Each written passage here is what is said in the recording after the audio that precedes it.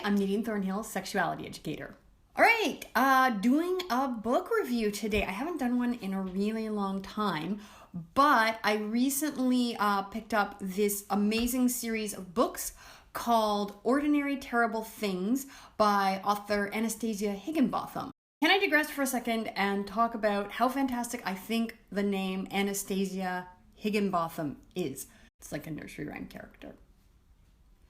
Anastasia Higginbothom stepped onto the train, rode it to North Chicken Town, and then came home again.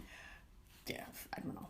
Anastasia Higginbothom is not a nursery rhyme character. She is a real human being. She is an accomplished writer, and she's created these fantastic books for young children that talk about some of the real, very complicated aspects of life.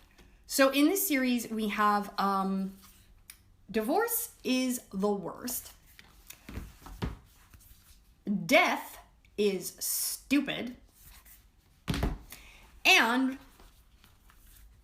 tell me about sex, Grandma. I think that books like these are such a valuable resource for families.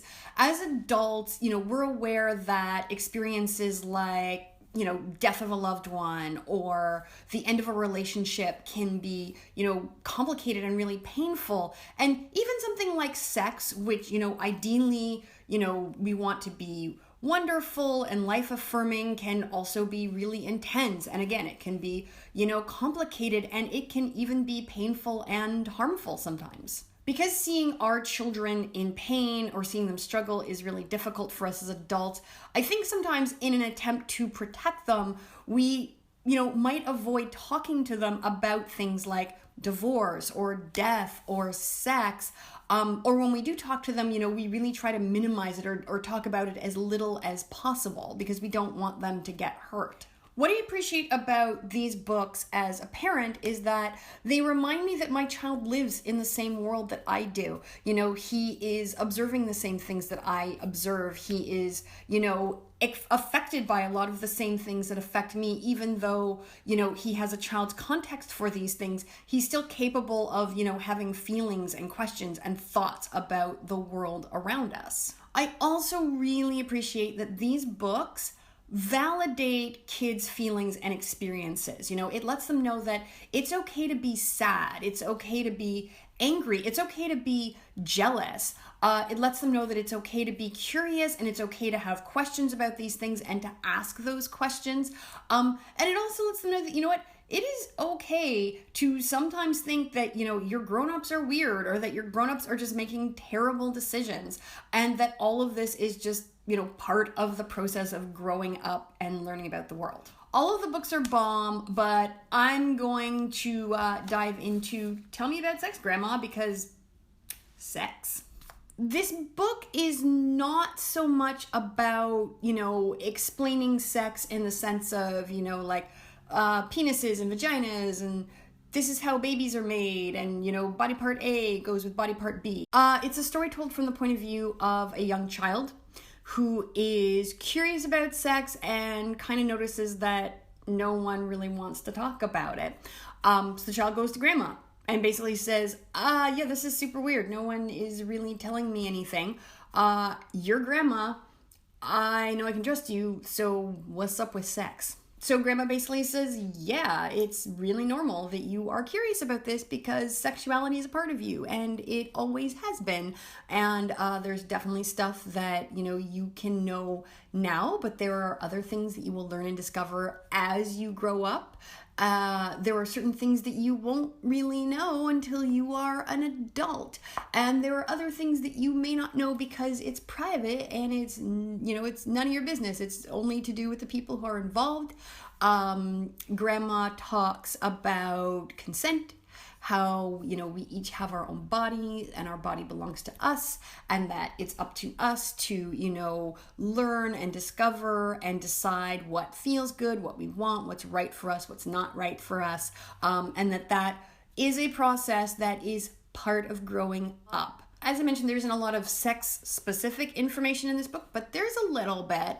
There's, one part, for example, where the kid confides to grandma that, hey, you know, sometimes I like to touch myself in a certain way and it feels really good. And grandma's like, yeah, no, that's cool. You know, a lot of people like to do that. No problem. So Anastasia Higginbothom not only wrote these books, she illustrated them as well. And I just want to show you what they look like because they are actually photographs of these mixed media collages.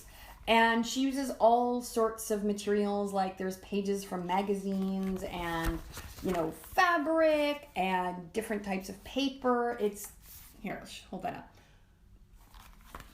And although the pages are flat because they're photographs, they just have this wonderful, like, dynamic textural quality to them that I've never seen in a children's book before. I also really love that in this book, it's the kid going to grandma. You know, I find in a lot of families, there is this special bond between sort of the oldest generation and the younger generation. Like, I know my son has a really close relationship with his grandfather that's different than the relationship he has with, you know, me and his dad.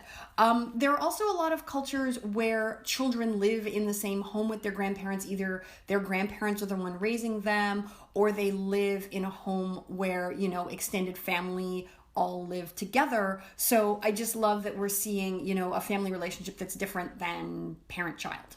On a related note, and spoiler alert, in Death is Stupid, this book is also about a grandma. It's a different grandma, and she dies, and it sucks. I read it and I was crying, like actual tears falling down my face. I was like, oh my God, Death is stupid. It's stupid. But the book is fantastic. All three of these books are absolutely fantastic. Totally recommend. 5 stars, 10 out of 10. If you have young children, highly recommend getting these books. I am going to put a link down below. Like, it's not an affiliate link or anything. It's just like a regular link to Amazon. I will also put the link to the interview that Dawn did with Anastasia. I also highly recommend keeping up with her because apparently she's going to have more books coming up soon. I believe she's going to have one coming out on racism and one about like same-sex relationships and maybe 1 or 2 other topics. So I'm sure they will be just as great as these ones and absolutely worth picking up when they come out. Ordinary Terrible Things by Anastasia Higginbothom. Check it out. That's all for now. I hope you have a great day and I will see you soon. Bye. Anastasia Higginbothom had some key lime pie.